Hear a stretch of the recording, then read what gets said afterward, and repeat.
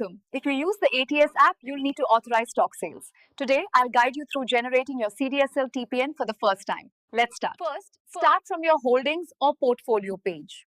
From here, you'll see a list of all the stocks that you currently own.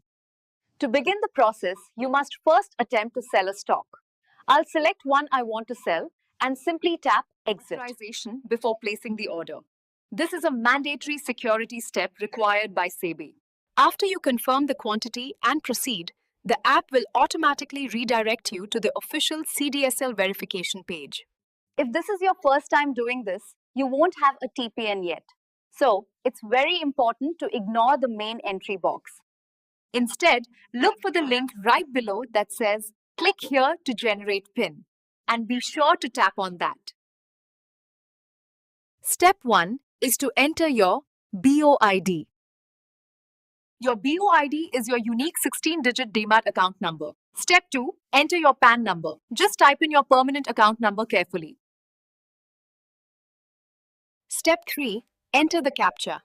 You need to enter the security characters exactly as you see them, as they are case sensitive. Step 4, enter the OTP. Next, Step 4, to your registered mobile and email address. Now, let's go back to the page, enter that OTP you just received, and then press Next. And we're done. You'll see this confirmation screen. This page confirms your new TPIN has been generated successfully.